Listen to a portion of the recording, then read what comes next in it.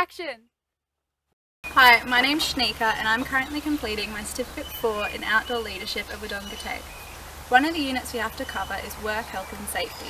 So today I'm going to be talking to you about work health and safety in the outdoor activity of abseiling. First thing we're going to talk about is policies and procedures.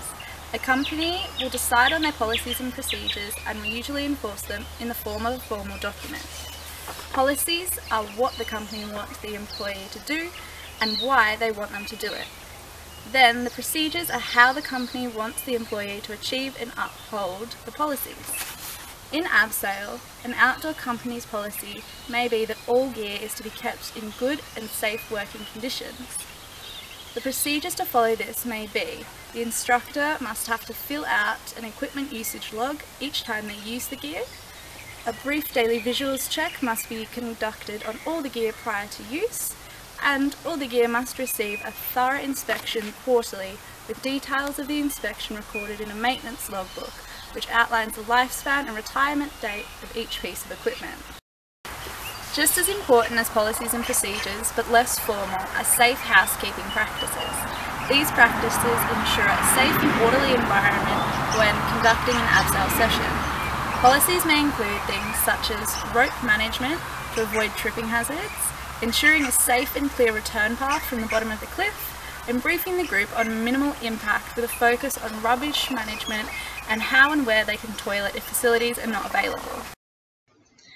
I was unable to physically demonstrate to you these safe housekeeping practices in the field.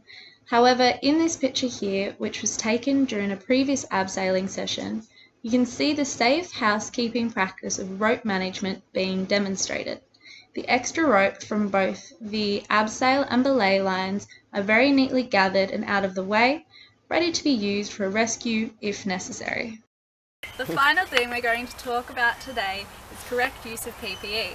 So I'm going to run you through a demonstration on how to correctly fit your helmet and harness for use when abseiling. Once you've got your helmet, first thing you want to do is loosen the adjustment at the back all the way. Once it's all the way loose, you're going to pop it on your head like so, making sure that it's sitting to cover your forehead. Next step is you're going to redo that adjustment so it's tight. In this case it's a twist style. It should be done up tight enough that it's secure and not going to fall off, but it's not too uncomfortable. To check that, pop your hands out in front of you, give it a little wiggle. If it doesn't fall off, it's good. The next step is to do up your chin strap like so. You're going to make sure that these little buckles on the side are sitting just under your ears.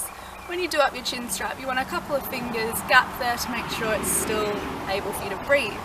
Once that's all done, you're good to go. Once you've got your helmet on, the next step is to put on your harness. First thing you want to do is make sure that all the straps are nice and loose. Then you're going to step into it through the waist belt, popping your feet into the leg loops.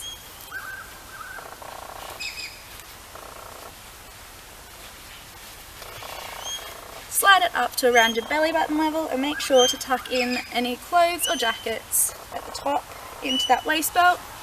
Pull the legs right up to the top of your legs. Then you're going to tighten it with the waist belt strap. Here you want to make sure that it's loose enough that you can still breathe, but tight enough that it's not going to slip down over your hips. The next thing you want to do is tighten the leg straps. So in my case this is a fixed leg harness, so I can't tighten them, but if you are tightening your leg straps, once again you want to make sure that they're comfortable but tight enough that they're not going to wiggle around. Once you've done all this, check that you've got no twists or turns in any of your straps, and then your helmet and harness are all good to go.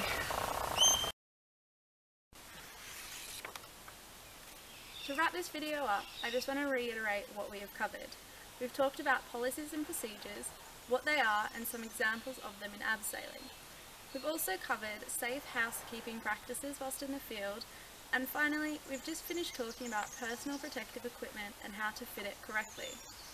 I'd also just like to acknowledge that different outdoor companies will go about work health and safety differently.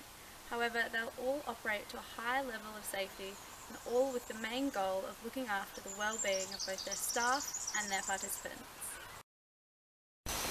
That concludes my work health and safety video for abseiling. Thank you for watching, and I hope that you learned something new from it.